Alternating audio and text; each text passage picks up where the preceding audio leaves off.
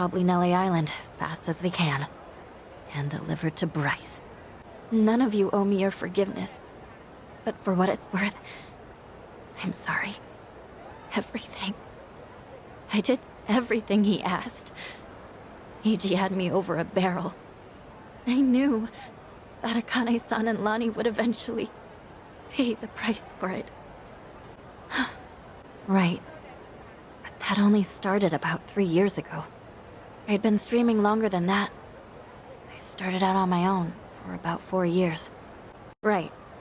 When I debuted, all I wanted was to talk about stupid, frivolous stuff. I came up with the name. Even drew the character myself.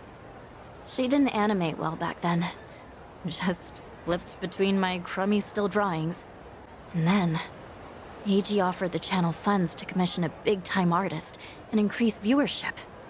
She was still the Tatara that I designed, but she was different, too. Now, she was sexier. More chest shots and all that. Back in the beginning, getting 10 viewers meant the world to me. It really was the time of my life.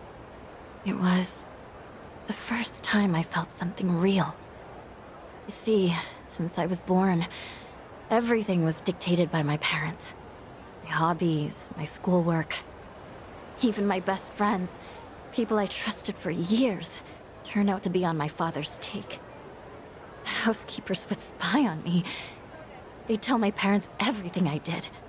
My only reprieve was crawling under the covers at night to hide the glare of my phone. Then I could stream as Hisoka Tatara, and I could finally feel like myself. How dumb is that? Fake name, fake appearance, fake voice. But that's when I felt like the real me. The Tatara channel was something I started because I needed to escape. And then 3 years ago, it changed. Around that time, the Fujinomiya cargo tanker sank.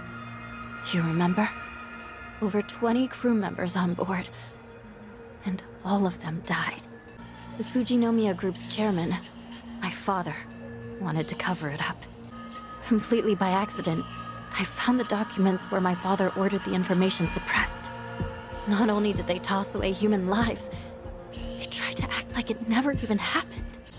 I made copies and mailed those documents to every TV station and paper I knew. And then, nobody did a thing. So as ridiculous as it seemed, I brought it up on the Tatara channel. On a channel with an all-time high of 10 viewers, absolutely nothing. Well, no. There was some response. Fake. Who cares? Shitty vibes tonight. People peeled off one by one, till I was talking to an empty chat. Everyone swallowed the cover story about an out-of-season typhoon. That was when he found me. When Eiji Mitamura tracked me down. Eiji was a reporter at a paper before that. The Yakuza ruined him, though, somehow.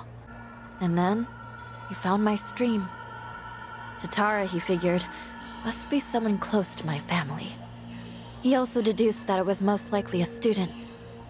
After that, I was the only one who fit the profile. We talked, and Eiji gave me a present. It was a script to read on my stream, written in much more provocative language. We called out the Fujinomiya's pull among the wealthy elite and the media, named every name. Then, that video got picked up everywhere. It really had a buzz. Once it was all over the net, mainstream outlets couldn't ignore it. People started cutting deals. Executives who knew they were culpable coughed up more evidence for leniency. Yeah, the public's outrage kept growing, and soon, my father couldn't avoid the line of fire.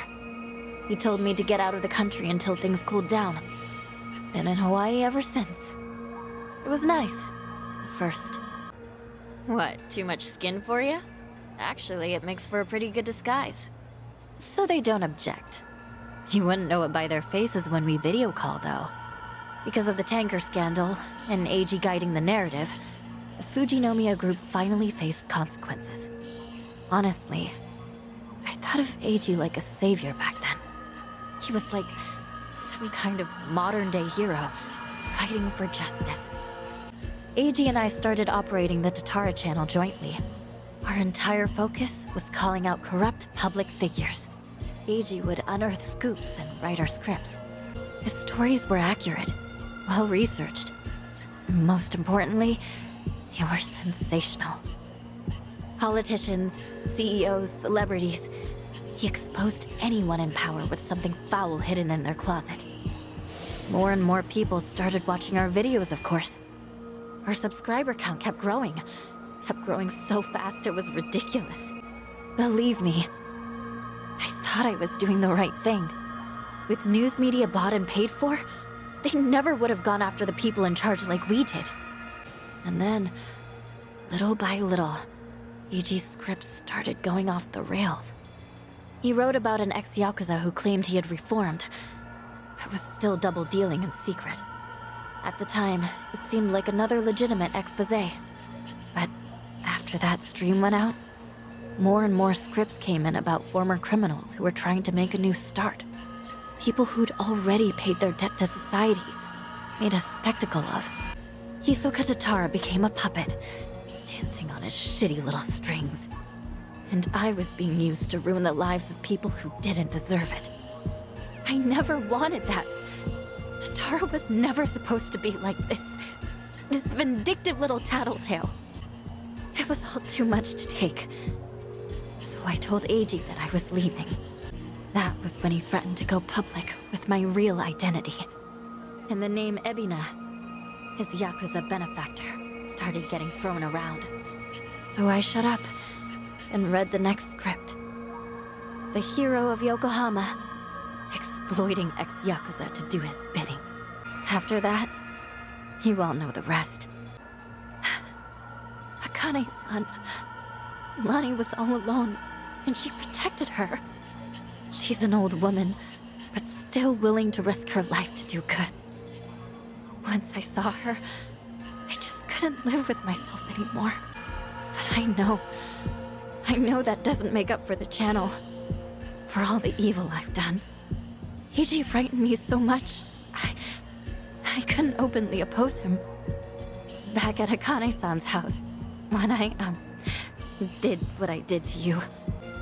Because Eiji had given me orders. Pose as the housekeeper, he said.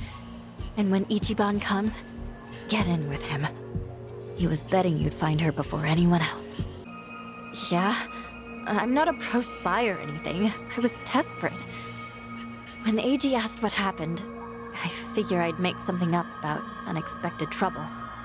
Only, then Kiryu-san showed up and got involved.